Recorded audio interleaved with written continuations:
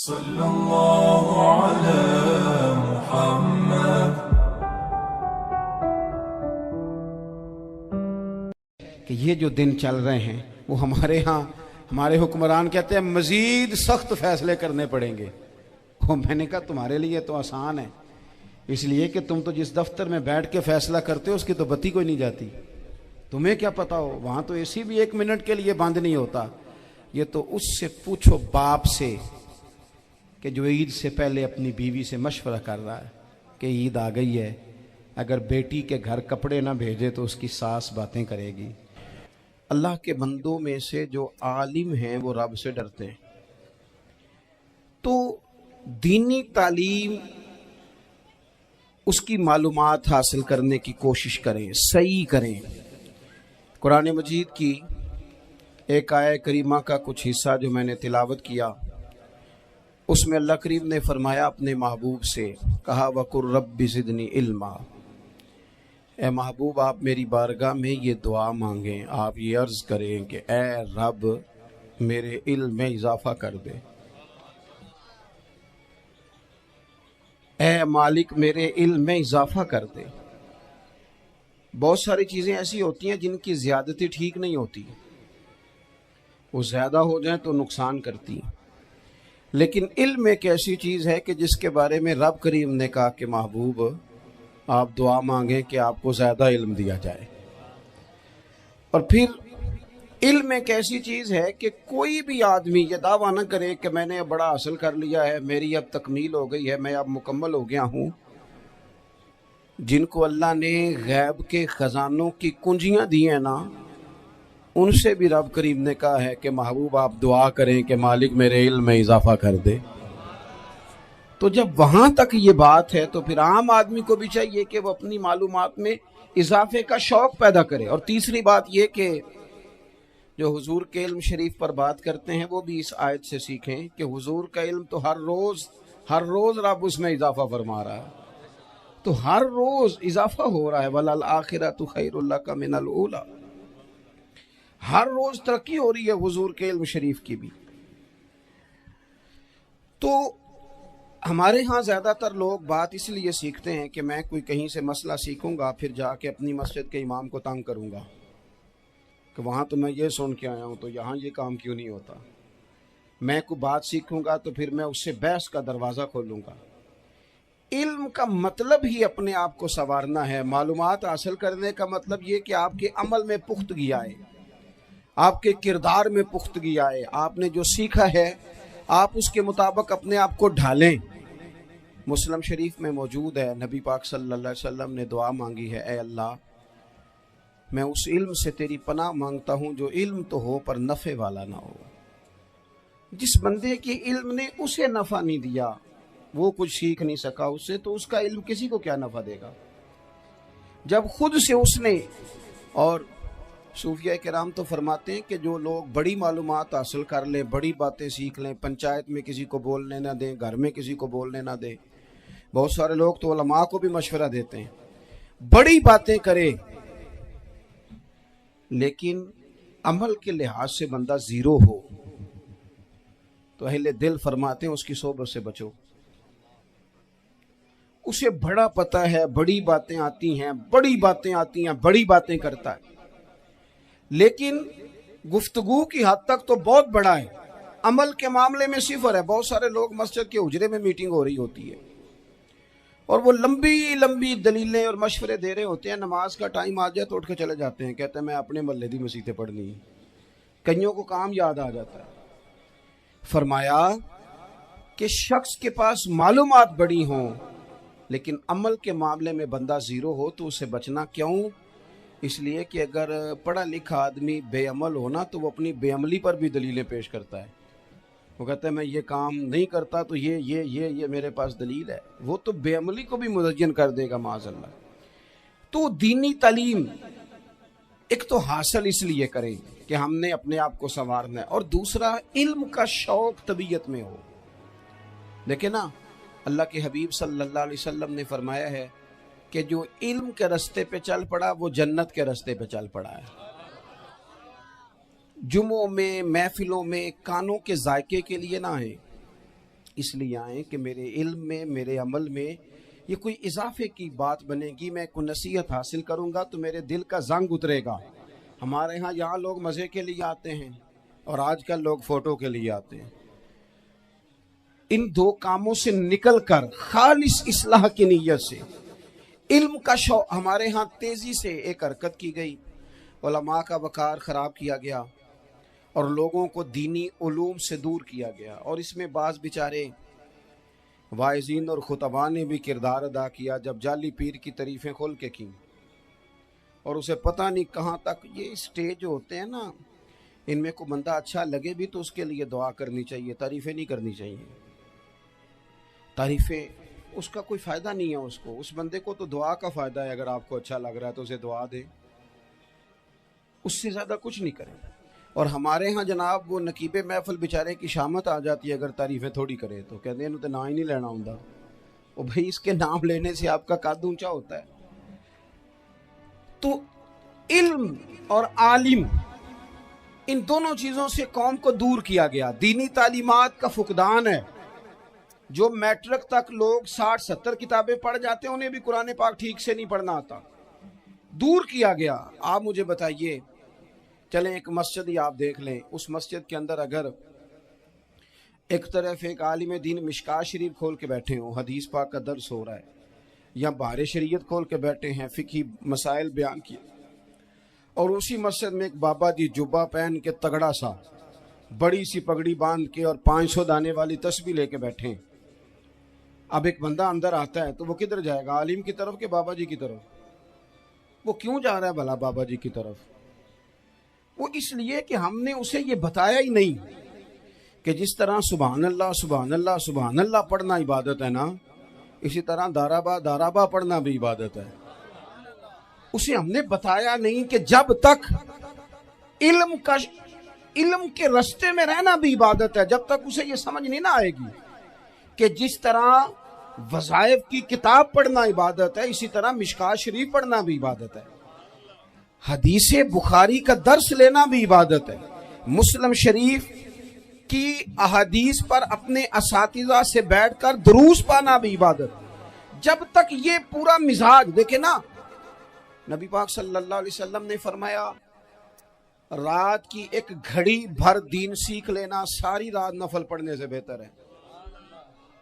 اب ہمیں سمجھنا چاہیے کہ کتاب پڑھ کے بھی بندہ رب رسول تک پہنچ سکتا ہے، کتاب و سنت رستہ آسان کرتے ہیں، لیکن ہمارے ہاں کیا مزاج دیا گیا ہے، بابا جی کے پاس چلو، ضرور جائیں بابا جی اگر نیک ہیں تو منع کوئی نہیں کر رہا، لیکن جو سوچ ہمیں حضور نے دی ہے ہم نے اسی سوچ کے مطابق اپنے معاملات کو ترتیب دینا ہے نا۔ اب ایک بات میں نے آپ سے پوچھی اور آپ نے کہا قوم ساری بابا جی کی طرف جائے گی، حدیث پاک کس طرح ہے؟ اللہ کے محبوب مسجد شریف میں تشریف لائے، دونوں جانب لوگوں کے حلقے بنے ہوئے ہیں، لوگ بیٹھے ہوئے ہیں، ایک حلقے میں لوگ اللہ کی یاد کر رہے ہیں، ذکر ہو رہا ہے، ایک حلقے میں بیٹھ کے ایک عالم کتاب و سنت کا درس دے رہے ہیں، ایک صحابی اور باقی سن رہے ہیں۔ خاص توجہ کریں نوجوان میری بات پر، رسول کریم صلی اللہ علیہ وسلم دونوں کے بیچ کھڑے ہو گئے اور کریم نے فرمایا دونوں محفلیں خیر کی ہیں، دونوں ہی حلقے خیر کے ہیں، اور پھر حضور فرمانے لگے مجھے چونکہ رب نے استاد بنا کے بھیجا ہے، میں چونکہ معلم بن کے آیا ہوں، یتلو علیکم آیاتنا ویزکیکم، میں چونکہ کتاب و سنت کی تعلیم کے لیے آیا ہوں۔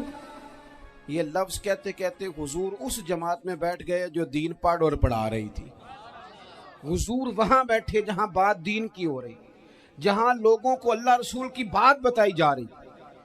تو جمعے میں وقت پہ آئیں، اپنی دینی معلومات مضبوط کریں اور اپنے لیے مضبوط کریں۔ میں آپ کو بڑے درد سے یہ بات عرض کرتا ہوں، اگر دن میں 100 لوگ مسئلہ پوچھتے ہیں نا شریعت کا، تو ان میں 95 لوگ وہ ہوتے ہیں جو طلاق کا مسئلہ پوچھتے ہیں۔ والد صاحب نے، بیٹی کے والد صاحب نے 2 مہینے پہلے آرڈر دیا ہوتا ہے فرنیچر کا، بیٹے کی شادی ہو تو مہینہ پہلے شیروانی والے کو بھی کہنا پڑتا ہے، گاڑیاں بک کرانی پڑتی ہیں، میرج ہال بک، یہ سارے لوازمات ہم کرتے ہیں، سارا کچھ کیا، گاڑی سے گھر بسنا ہے، میرج ہال سے بسنا ہے، فرنیچر سے بسنا ہے، ہم نے سارا کچھ ان کو بتایا، لیکن کاش 2 گھنٹے بچی کسی معلمہ کے پاس جاتی، بچہ کسی استاد کے پاس جاتا، نکاح طلاق کے مسئلے بھی سیکھتے۔ میں دعوے سے کہتا ہوں اگر ہمیں پتہ چل جائے کہ 3 طلاقیں اکٹھی نہیں دینی چاہیے، کیونکہ دے دیں تو ہو جاتی ہیں، اگر ہمیں سمجھ آ جائے کہ نہیں دینی چاہیے، یہ مسئلہ بیان ہو، اور یہ والے مسئلے ہم محفلوں میں بھی نہیں بیان کر سکتے، اس لیے کہ لوگ کہیں گے مسئلہ تو وہ بیان کریں جس پہ نعرے لگیں گے، آپ قوم کو یہ کیا بتا رہے ہیں، یہ تو چھوٹا عالم بتاتا ہے معاذ اللہ اس طرح کی باتیں، تو بڑی بڑی کوئی نقطے کی بات بتائیں۔ اور اس طرح ہمارے ہاں وہ 1 گھنٹہ پہلے نہیں کہتے تگڑے ہو جو میں جملہ دینے لگا، وہ پتہ نہیں جملہ آ رہا ہے کہ ایٹم بم آ رہا ہے، تیار ہو جاؤ، جو میرا جملہ ضائع نہ کرنا، ادھر بھاگ کے چلا گیا ادھر بھاگ کے آ جاؤ، اللہ جانے وہ جس طرح کبھی لگتا ہے نا پٹاری سے، اللہ جانے کیا نکلے گا، میں جملہ دینے لگا ہوں۔ تو میں کہتا ہوں تو آرام سے بیٹھ کے بھی جملہ دے دے، تیرے جملے سے کیا نکلے گا، اور تو جملہ نہ دے ہمیں کوئی آیت دے، تو جملہ چھوڑ ہمیں کوئی حدیث پاک سنا، یعنی ہر نقیب، ہر خطیب، ہر نعت خواہ اٹھ کے کہتا ہے سارا قرآن ہی حضور کی تعریف ہے۔ اور بھئی اگر سارا قرآن حضور کی تعریف ہے تو چند آیتیں پڑھ دے پھر، تو نے پڑھی تو ایک بھی نہیں اور تو کہتا جا رہا ہے سارا قرآن ہی حضور کی تعریف ہے۔ یہ والی تعریف بھی تو سنانا قوم کو، جو یہ بچے ان کے استاد انہیں سکھا رہے ہیں اور یہ سیکھ رہے ہیں، اس طرف بھی تو سفر کریں۔ تو میرے عزیز اگر لوگوں کو مسائل کا پتہ چلے تو سینکڑوں گھر بچ جائیں تباہ ہونے سے، بڑے بڑے گھر بچ جائیں، لیکن مسائل نہیں آتے۔ میرے پاس مسئلہ پوچھنے کے لیے کچھ لوگ آ گئے تو 4-5 سال کا بچہ بھی تھا جس کے والد نے غصے میں اپنی بیوی کو 3 طلاقیں دی تھی، تو چھوٹا سا بچہ، کپڑے بھی پھٹے پرانے، اور حالت بتا رہی تھی کہ غریبی ہے۔ تو جب میں نے مسئلہ بتایا کہ 3 طلاقیں ہو گئی ہیں تو واپس جانے لگے، تو بچہ مجھ سے کہتا ہے، دیہاتی آدمی تو کہنے لگا مولوی صاحب میری اماں تے نانی کہنی اسن پوچھ کے آئی آپ کہ ہن اسی لہدا لہدا ہی رہنا ہے۔ تو اس بچے کی نونہال کی وہ کیفیت دیکھی تو میں رو پڑا۔ میں نے کہا یار یہ بچہ بیچارہ ماں باپ کے ہوتے ہوئے یہ یتیموں جیسی زندگی گزارے گا کیونکہ باپ نے طلاق دے دی، کس طرح؟ مسائل نہیں بتائے لوگوں کو، تعلیم سے آگاہی نہیں کیا، اور اس میں بہت بڑا ظلم ہے ان لوگوں کا بھی جو جنازے پہ کھڑے ہو کے تو کہہ دیتے ہیں، میری طرح کے لوگ اچھے علماء کی بات نہیں کرتا، وہ کہہ دیتے ہیں دیکھو جن لوگوں کو جنازہ نہیں آتا، بھئی آپ نے کس دن عشاء کے بعد کلاس لگائی تھی جنازہ سکھانے کی؟ یہ تو آپ نے کہہ دیا لوگوں کو قرآن جی ٹھیک نہیں آتا، تو یہاں تو بیچاری بیبیاں جن کو صحیح پڑھنا نہیں آتا وہ مشن بنا لیتی ہیں کہ میں نے اتنے 100 کو قرآن پاک پڑھانا ہے، بیوہ ہو گئی ہوں، طلاق یافتہ ہو گئی ہوں، ساری زندگی قرآن پڑھاؤں گی۔ ہم کیوں یہ مشن نہیں بناتے، کیوں اس طرف سفر نہیں کرتے؟ ایک تو دینی معلومات میں، دینی علوم میں اپنے آپ کو لگائیں اور ذوق پیدا کریں کہ جو چیزیں مجھے نہیں آتی میں نے وہ سیکھنی ہے، جو معاملات مجھے نہیں آتے میں نے ان کی طرف سفر کرنا ہے۔ ایک تو اپنا یہ مزاج بنائیں، اور جب آپ دینی علوم سیکھتے ہیں تو پتہ ہے کون سا منظر قائم ہوتا ہے؟ منظر وہ بنتا ہے کہ حضرت ابو ہریرہ بھی دین سیکھا کرتے تھے، حضرت عبداللہ ابن عمر بھی اصحاب صفہ میں رہا کرتے تھے، حضرت انس بن مالک بھی رہا کرتے تھے، اور ایسا منظر بنتا ہے کہ حضرت سیدہ خدیجہ الکبریٰ رضی اللہ تعالیٰ عنہ فرماتی ہیں سیدہ فاطمہ حضور کی گود میں بیٹھی ہوتی تھی اور نبی پاک سے باتیں پوچھتی تھی اور حضور انہیں بتا رہے ہوتے تھے۔ سیدہ عائشہ حضور سے دین کی باتیں پوچھتی۔ چوتھا حصہ ہماری فقہ کے اصول حضرت فاطمہ کی، حضرت عائشہ صدیقہ کی مرویات پر مبنی ہیں۔ اگر ہماری بچیاں چھوڑ دیں ڈائجسٹ پڑھنا، چھوڑ دیں ادھر ادھر کی مووی دیکھنا، اور وہ کتاب و سنت پر آ جائیں تو بہت سارے مسائل ایسے ہیں جو الجھنے سے پہلے ہی سلجھے ہوئے ہوں۔ دینی تعلیم کا مزاج اور ذوق۔ اور دوسری آیت کریمہ میں نے تلاوت کی، اللہ کریم نے قرآن مجید میں فرمایا یا ایھا الذین آمنوا قوا انفسکم واہلیکم نارا، اے ایمان والو خود بھی دوزخ کی آگ سے بچو اور اپنے گھر والوں کو بھی بچاؤ۔ او والد، وہ ماں جو بچوں کو بھوک سے بچانے کے لیے محنت کرتی ہے، ان کو مایوسی سے بہت سارے ماں باپ ایسے ہوتے ہیں جن کے پاس کپڑے لینے کے پیسے نہیں ہوتے عید پہ۔ کیوں؟ عزیز بھائی، جس طرح ہم اپنے بچوں کو دیکھیں، بہت سارے ماں باپ کے پاس گنجائش نہیں ہوتی، لیکن اس نیت سے کہ بچوں کے دل ٹوٹ جائیں گے، عید پہ کیسے گزارا کریں گے، مشکل سے بھی کپڑے خرید کے دیتے، اس طرح ہم اپنے بچوں کو بھوک سے، پیاس سے، مایوسی سے بچاتے ہیں۔ اس طرح ہمارے رب نے ہمارے ذمے لگایا ہے کہ تم اپنے بچوں کو کوشش کرو دوزخ کی آگ سے بچانے کی۔ حضرت عمر فاروق رضی اللہ تعالیٰ عنہ نے عرض کیا تھا، یا رسول اللہ صلی اللہ تعالیٰ علیہ وسلم، اس آیہ کریمہ کا معنی کیا ہے؟ تو محبوب کریم علیہ السلام نے فرمایا، عمر، جن چیزوں کا اللہ تمہیں حکم دیتا ہے تم اپنے گھر والوں کو ان چیزوں کا حکم دو، جن چیزوں سے رب رسول تمہیں منع کرتے ہیں اپنے گھر والوں کو ان سے روکو، اپنے گھر کے اندر نفاذ دین کرنے کی کوشش کرو۔ میرے بھائی، بہت زیادہ آزمائش ہے ہمارے گھروں میں، بے چینیاں ہیں، اضطراب ہے، بچوں میں سختی ہے، بہن بھائی ایک دوسرے کے ساتھ لڑتے ہیں، مزاجوں میں تلخی آ گئی۔ کیوں بھلا؟ اس لیے کہ ماں باپ کو جو بہترین کردار اور جو حسین طریقہ گھر میں اپنانا چاہیے تھا، بچے تقریر باہر سے سنتے ہیں لیکن وہ فالو اپنے ماں باپ کو کرتے ہیں۔ اگر ماں باپ میں حوصلہ ہو، صبر ہو، اطمینان ہو، خودداری ہو، تھوڑے پر گزارا کرنے کا مزاج ہو، دیکھیں نا، آج ڈپریشن ہے، ٹینشن ہے، پینکس اٹیکس ہیں، بڑی ساری چیزیں آ گئی ہیں۔ کیوں بھلا؟ صبر نہیں، تحمل نہیں، بردباری نہیں۔ آزمائے ایک دن ایک بچہ میرے پاس آ گیا مدرسے کا، اور آ کے وہ رونے لگا۔ میرے گھر والے کہنے لگے کھانا چھوڑ دیں، پہلے اس کی بات سن لے۔ میں نے کہا پتر کیا ہوا؟ کسی نے مارا ہے کسی استاد نے؟ کہنے لگے نہیں حضرت، گھر فون کیا تھا تو میری اماں اور ابا کی لڑائی ہو رہی ہے۔ بچہ کانپ رہا ہے، ٹانگیں کانپ رہی ہیں۔ میں نے کہا کیا ہو کیا گیا تمہیں پتر؟ لڑائی ہو رہی ہے تو گھروں میں ہو ہی جاتی ہے۔ کہنے لگے نہیں، آپ کو پتہ نہیں، وہ بڑا سخت لڑتے ہیں۔ میرے والد جب میری والدہ کو مارنے کے لیے آگے بڑھتے ہیں تو ہم سارے چار پنجوں کے نیچے چھپ جاتے ہیں، ہمیں خوف آتا ہے، وہ منظر خطرناک ہوتا ہے۔ یہ کون تکلیف دے رہا ہے اپنے بچوں کو؟ یہاں بیٹھے ہمارے ہاں میلوں دور رہتے تھے اس کے گھر والے، تو وہ تکلیف میں تھا، تو گھر میں کیا کیفیت ہوگی؟ اگر حوصلہ ہو، صبر ہو، قناعت ہو، اللہ کے دیے ہوئے تھوڑے رزق پر ہمیں راضی رہنا آتا ہو، ہمارے گھروں میں سکون آئے، اطمینان آئے، ہم جو زندگی بڑی خوشی خوشی گزار سکتے ہیں، ہمارے مزاجوں کا لالچ، ہماری طبیعتوں کی بے راہ روی، ہماری جھوٹی انا کا بت، ان ساری چیزوں کو ختم کر دیتا ہے۔ اپنی زندگی کے اندر اگر ہم وہ کردار اپنے بچوں کو دیں، جس کردار میں موبائل بھی ہو، جس میں گاڑی بھی ہو، جس میں پیسے بھی لا کے ابا دراز میں رکھتا ہو، لیکن والد کا گھر میں مصلی بھی موجود ہو، اس کی کوئی تسبیح بھی ہو، وہ یہ بھی کہتا ہو کہ خدا نے اپنے فضل سے آج 5,000 دیا ہے تو اس میں 1,000 غریبوں کا بھی ہے، اس میں تھوڑا سا میں نے اللہ کی رضا کے لیے بھی رکھا ہے۔ اگر کوئی مشکل آ جائے تو وہ باپ اور ماں کو صبر کرتا ہوا دیکھتے ہوں، اگر ایک باپ کر بات کرے تو دوسرا برداشت کرتا ہو۔ خدا را اپنی اولادوں کو اس اذیت کا شکار نہ کرو۔ اپنے گھروں کے اندر وہ خودداری، وہ پیار، وہ وقار، وہ محبت، وہ انداز۔ آپ تھکے ہوئے ہیں، کوئی شک نہیں، آپ بہت سارے مسائل کا باہر شکار ہوں گے، کوئی شک نہیں، لیکن آپ باہر سے تھک کے آئے ہیں، اور اگر آپ باہر اپنی فیکٹری کے مالک ہیں اور دفتر کے بڑے ہیں تو گھر میں بھی تو آپ بڑے ہیں نا۔ آپ کی ماں بھی تو انتظار کر رہی ہے، اس نے بھی تو دکھڑا سنانا ہے نا آپ کو۔ آپ یہ دیکھیے کہ آپ کے بچے بھی تو انتظار کر رہے ہیں، وہ چاہتے ہیں کہ ابا آ کے بیٹھیں تو ہم ان کے سینے پہ چڑھ کے تھوڑا کھیلیں۔ آپ کی اہلیہ منتظر ہیں۔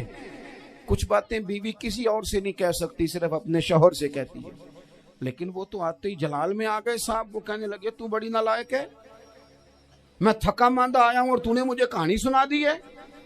وہ اس خاتون سے شدت کے ساتھ پیش آنے لگے۔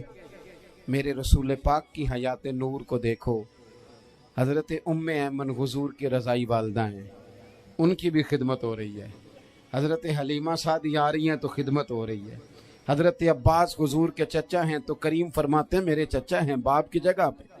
حضور دوست احباب صحابہ غلاموں سب کے ساتھ پیار کر رہے ہیں، 9 ازواج مطہرات ہیں گھر کے اندر، اور کیفیت یہ ہے کہ حضور صرف ان کی ضرورتوں کا ہی خیال نہیں کرتے، خواہشات کا ہی خیال نہیں کرتے، بلکہ میرے کریم کا طریقہ یہ ہے کہ کوئی بندہ آج بول کیا رہا ہے، وہ کہاں کھڑا ہے آج، اس کے جملے کس طرح کے ہیں، اس کا لہجہ کس طرح کا ہو گیا ہے، اور اسے ٹھیک کیسے کرنا ہے۔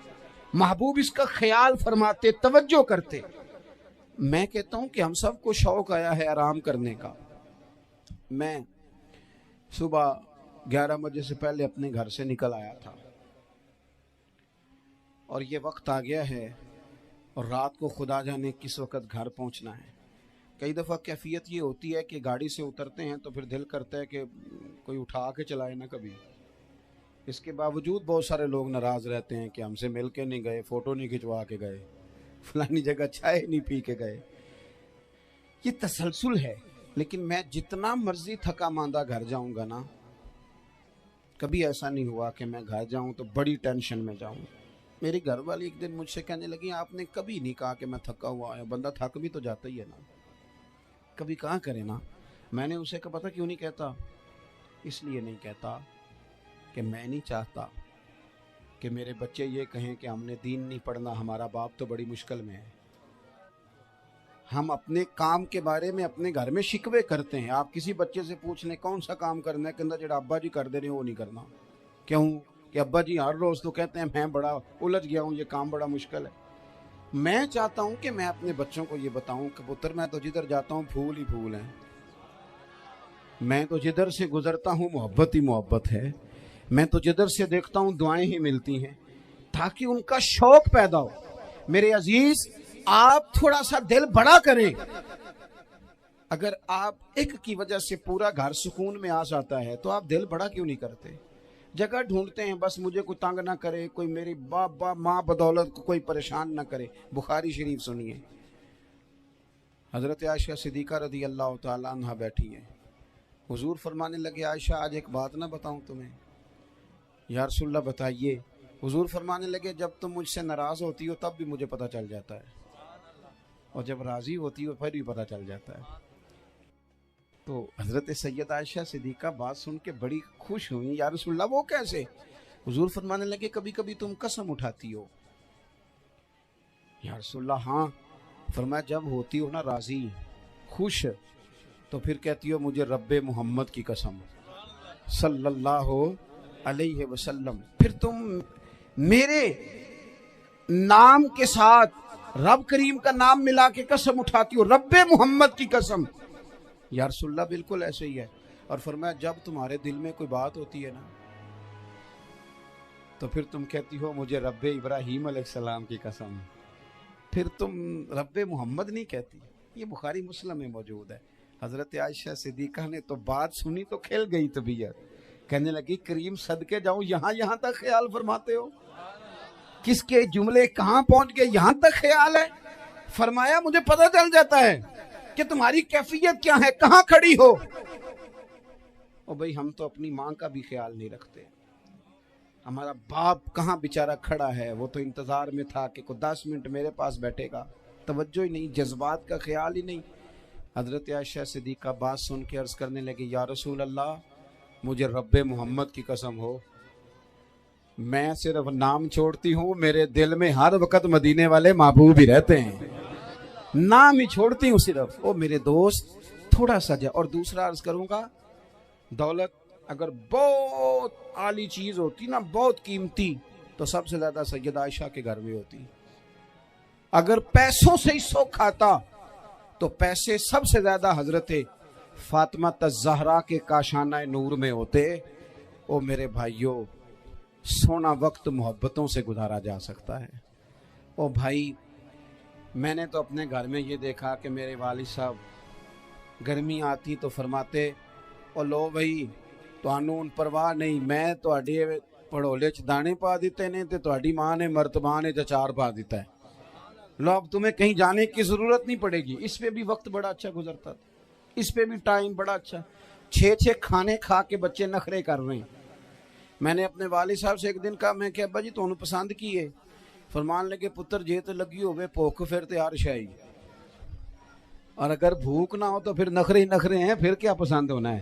طبیعت نہیں۔ اپنے گھروں میں، اپنے دوستوں میں اطمینان پیدا کریں، اضطراب سے باہر آئیں، اور ایک بات اور عرض کرنی ہے، یاد رکھنا تقریر باہر چلتی ہے، گھر میں نہیں چلتی، گھر میں عمل چلتا ہے۔ گھر جا کے آپ لیکچر دینا نماز پڑھا کرو، نماز پڑھا کرو، نماز پڑھا کرو، نماز پڑھا کرو، تو کوئی نہیں پڑھتے گھر والے۔ آپ گھر میں نماز خود شروع کر دیں۔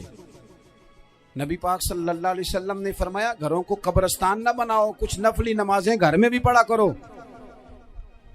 اللہ کے پیارے رسول صلی اللہ علیہ وسلم کا گھر مسجد نبوی کے بالکل ساتھ ہے، دروازہ حضور کے گھر کا مسجد میں کھلتا تھا، لیکن نبی کریم صلی اللہ علیہ وسلم کیا کرتے تھے؟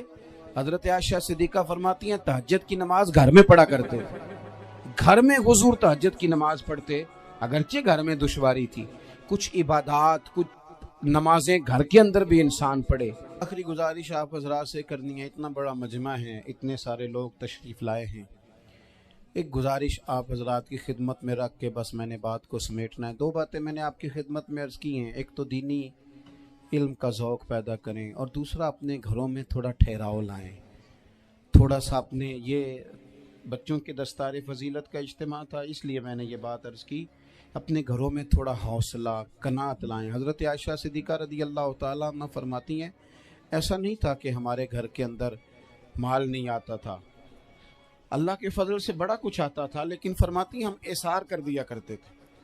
حضور کا مزاج اثار کر دینے کا ہے۔ یاد رکھنا شمع سے اگر کئی شمع جل جائیں تو اس کی روشنی میں کبھی کمی نہیں آتی، ہزاروں دیے بھی جل جائیں تو یہ دیے ماند نہیں پڑتے۔ مہنگائی بڑی زور کی ہو گئی، غریب آدمی کی آزمائش بڑھ گئی، ہمیشہ مہنگائی سے غریب لوگ متاثر ہوتے ہیں۔ امیروں کی تو چیزیں مہنگی ہو جاتی ہیں، وہ تو سنگل انہوں نے جمع کی ہوتی ہیں، مہنگی ہوتی ہیں تو ڈبل میں بیچتے ہیں، غریب پستا ہے۔ لیکن دکھ کی بات یہ ہے کہ ہم ایک دوسرے کا ساتھ نہیں دیتے، مقروض ذہنی اذیت کا شکار ہے۔ 3 دن ہے نا عید کے، تو ایک جوڑے سے بھی گزارے جا سکتے ہیں، ایک سے بھی۔ اکثر لوگ تو ویسے عید کی نماز پڑھ کے سو جاتے ہیں، اور جو بیدار بھی ہیں وہ بھی کپڑے بدل کر کے جانور کے ذبح میں مشغول ہیں۔ ہم نے اس عید پہ کوشش کرنی ہے کہ ہماری گلی میں، ہمارے محلے میں، ہمارے دائیں بائیں تھوڑا سفر کریں، بچوں کو دیکھیں، سرکاری سکول سے نکلتے بچوں کو دیکھیں، مساجد مدارس سے نکلتے بچوں کو دیکھیں، ہم نہ ایک ایک دو دو کا ساتھ دیں۔ یہ جتنی سیاسی جماعتیں کام کر رہی ہیں، جن کی حکومت تھی، جن کی ہے، پتہ نہیں کل کس کی آئے گی، میں تو ذاتی طور پر ان سے پورا مایوس ہوں۔ مجھے تو نہیں لگتا کہ جتنے لوگ آج تک حکومت کر چکے ہیں، بار بار آتے ہیں یا پچھلی حکومت گئی ہے، ان کے پاس کوئی پلان ہی نہیں ہے۔ یہ تو بیچارے ایک دوسرے کی ٹانگیں کھینچنے کے علاوہ نہ کچھ کر سکے ہیں، نہ امید ہے کچھ کریں گے۔ لیکن غریب کی تکلیف بڑھ گئی ہے۔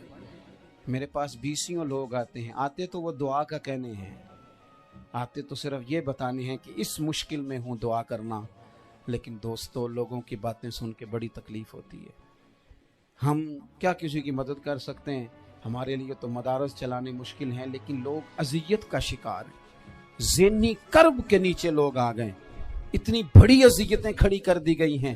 تھوڑا تھوڑا دیکھو، 2 کا کھانا 3 بھی تو کھا ہی سکتے ہیں نا، 3 کا کھانا 4 بھی تو کھا ہی سکتے ہیں نا۔ میرے محبوب نے ہمیں یہ نہیں کہا تھا زیادہ گوشت پکانا، بلکہ رسول پاک نے تو رنگ ہی بڑا سادہ دیا ہے۔ کریم نے فرمایا عائشہ شوربہ ذرا زیادہ کر لو، پڑوسیوں کو بھی سالن دے دیں گے، تھوڑا شوربہ زیادہ کر لو، اسی کو بڑھا لو، تھوڑا شوربہ بڑھا لیں، تھوڑا تھوڑا ایک دوسرے کی مدد کریں، دست شفقت رکھیں۔ گلیوں میں سنسان لوگ، اب تو لوگ ایک دوسرے سے دکھ بھی نہیں کہتے، وہ کہتے ہیں دینا کسی نے ہے کچھ نہیں، اور تماشا الگ سے بن جائے گا۔ دوستو، ہم نے خود ایک دوسرے کا ہاتھ بٹانا ہے۔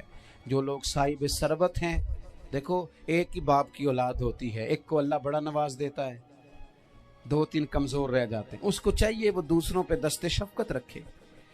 ایک گلی میں سارے لوگ ایک ہی قبیلے کے، ایک ہی علاقے کے، ایک آگے نکل گیا ہے، اسے چاہیے وہ دوسروں کا خیال کرے۔